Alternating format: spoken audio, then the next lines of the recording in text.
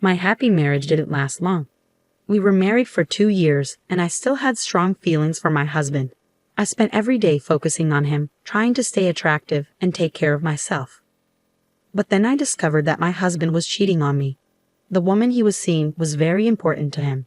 I decided I wanted a divorce. One afternoon, I thought my husband John was at work, but he unexpectedly came home with his lover.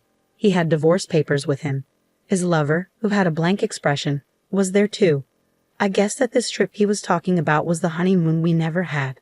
We only went on that trip because I got an unexpected bonus, and John suggested we go. We decided to go at the last minute, and I ended up paying for it. John told me that his ex-girlfriend and current lover contacted him during our honeymoon, and that's when he realized he still loved her. I was shocked and said, "What are you talking about? We were on our honeymoon. This doesn't make sense now." John replied, "I love her. She needs me too. We only just realized how we feel about each other. I do care about you, but she's the one I really love. You need to understand." I asked, "How am I supposed to understand? How does he expect me to just sign the divorce papers? What about my feelings?" John sighed and said, "You'll find someone better. You probably don't want to stay in this house anyway.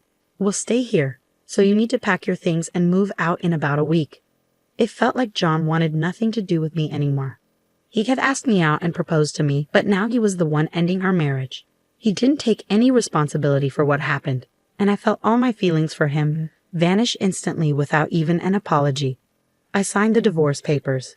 John and his lover then left the house, telling me to be out by next week. I felt like my insides were freezing. It all happened so suddenly that I didn't even cry. Instead of feeling betrayed, I felt deceived, which made me feel sorry for myself and my situation. The next day, I asked a friend to help me pack up and move back to my parents' house. Since I'm a nurse and John didn't earn much, I paid most of our living expenses. Even though I was shocked by the affair and the divorce, not having to pay rent anymore felt like a small benefit in this situation. I made plans for where I would live next and started packing my things again to leave my parents' house. Kathy, John's ex, came to my mom's house. It was raining outside, so I let her in. My mom looked at me with sympathy. I wondered, what could my ex-husband want now? He said, "I'm not the love of his life." I wondered if John was here to ask me to come back or if he wanted money. I felt bad for assuming, but given how much he spent and complained about money while we were married, it made sense to think that might be the reason. Maybe he left something behind. I decided to go to the living room to hear what he wanted. "What do you want?" my father asked angrily, but John remained calm as he replied, "I'd like to talk to your daughter." It took a lot of nerve for him to stay so calm. "What do you want?" "I'm busy," I said. When I opened the door, I was stunned to see John's lover, or rather his new wife, sitting next to him as if she had every right to be there. "Why is she here? This is my parents' house. What are you thinking?" I asked. No one should bring their new partner to the house where their ex grew up, and it felt incredibly insulting. "Calm down," John says, and his attitude just makes me more disgusted. The woman with him remains silent again. "Can't you just get this over with quickly?" I asked, probably sounding more irritated than I intended. John looks serious. "This is important. We haven't talked about dividing our things yet. I'm here to get my share." I think to myself, so it's money, just as I thought. John looks pleased. "Yes, that's right. I had a feeling he would come soon, so I was prepared." I take out my purse and give him 30 cents. "Here, this is your share." "What?" John and his new wife gape at the 3 dimes in his hand. "What is this?"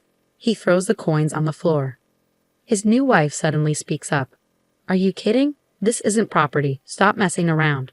They're both furious. "That's all the savings we have left," I calmly explain. John must have expected more. He sneers at me and says, "What are you talking about? There's more. I know you had $200,000. Give me my share of 100,000. He waves his hands around, and his wife nods along. I'm shocked and just stare at him. "You're the one who wanted this over quickly. So if you want the money, hand it to me." John starts screaming and throwing things around the house. He's completely different from the man I knew. It's a relief to have left him. The loud noise and shouting bring my dad, who had left the room, and my brother, who had just come home, into the living room. My dad is stunned by John's outburst, but manages to grab John's arms and restrain him, stopping him from causing more chaos. I quickly explain the situation to my brother, who is a lawyer and understands what's happening because he knows about the divorce. John's new wife overhears us and realizes that John has a lawyer in the family. "Hey, I didn't know your ex-wife had a lawyer in the family," she yells at John, her eyes wide. I wonder why they're so focused on money. Even though I don't want to talk to John, I ask him, "Why do you need the money so badly?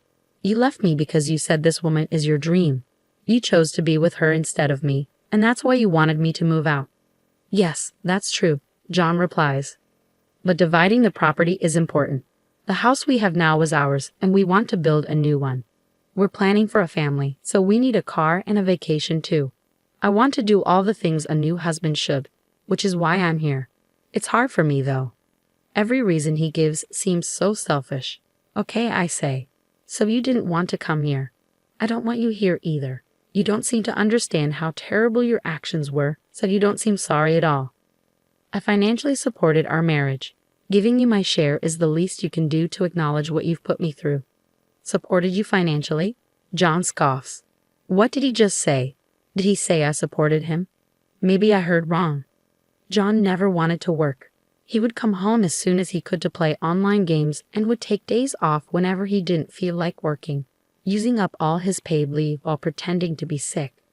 John never intended to earn more money and took full advantage of the fact that I was a well-paid nurse. I covered all our living expenses. He would occasionally hand me $100 when he felt like it, but honestly, it felt like he was just an unemployed boyfriend living in my apartment without contributing. John never did any of the housework. Maybe if he had at least acknowledged my hard work, I could understand better, but I'm deeply disappointed by his unreasonable claim that I financially supported our marriage. I was the one paying all the living expenses. How can you say that? Based on what you just said, you should actually give me back the 30 cents I just gave you. What are you talking about? You really don't understand anything, do you? John's new wife interrupts. I'm sure you were excited when you heard about my savings, but I have some bad news for you, I say calmly, as John and his wife glare at me. At this point, my brother speaks up for me. Excuse me, I'm Henry Thompson, and I'm a lawyer. Let me clarify things for my sister. Only the savings made during the marriage are divided as property. Any money saved before the marriage remains the personal property of the individual. My sister saved up the $200,000 before the marriage, so it's her own money and can't be divided with you. The only amount left in your share account is 60 cents, so your share is half of that, which is 30 cents. There's no point in arguing about this. It seems my sister was saving for your future, but I believe you've spent it all on the woman sitting next to you. Henry speaks calmly, and John and his wife look shocked. John tries to respond. What my brother just said was as Catherine's brother, but now let me speak as her attorney. My client is requesting compensation from you. Why haven't you made this payment yet? I had requested compensation, I explained, but John only paid part of it. I was wondering why the rest wasn't paid, which is why I had my brother step in.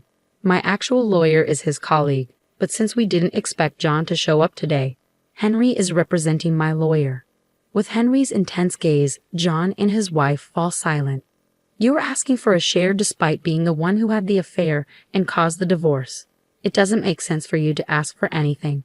It looks like you've already spent the money my sister had saved up for both of you. My sister's request is that you return the full amount you owe her and pay the compensation. That's impossible. John's new wife protests. Honey, let's stop this. We can't push this any further. John stands up and kicks the table while his wife tries to hold him back. When Henry mentions going to court, John seems to give up and starts speaking the truth.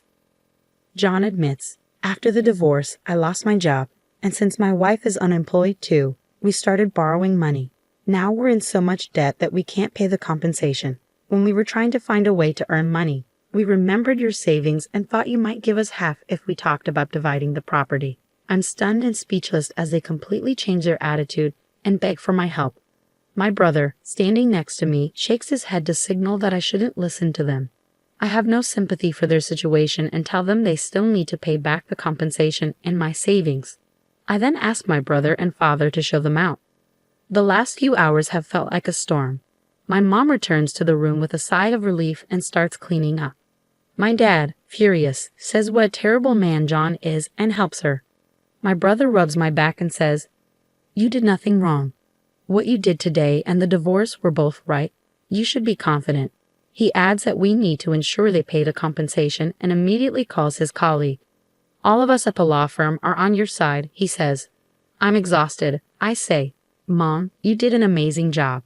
How about we all go out for steak tonight to lift our spirits? I collapse into my mom's arms and hug her. My dad and brother agree to the plan, so we have a wonderful dinner together that night. Later, with help from my brother, his colleague, and the law firm, I get back the compensation and my used savings. John and his wife have no luck with job interviews and end up working several part-time jobs. They won't be buying a house, a car, or going on vacation for a while. They seem to be finally grateful to me after experiencing their new life. When we pass each other on the street, they politely say hello, which makes me feel better knowing they've made at least a little progress.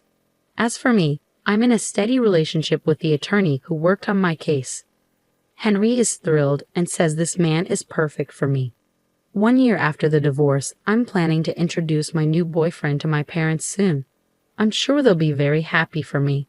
I feel this way because when my ex-husband talked about his love of his life, I didn't really understand it. But now, I believe this new man might just be the love of my life.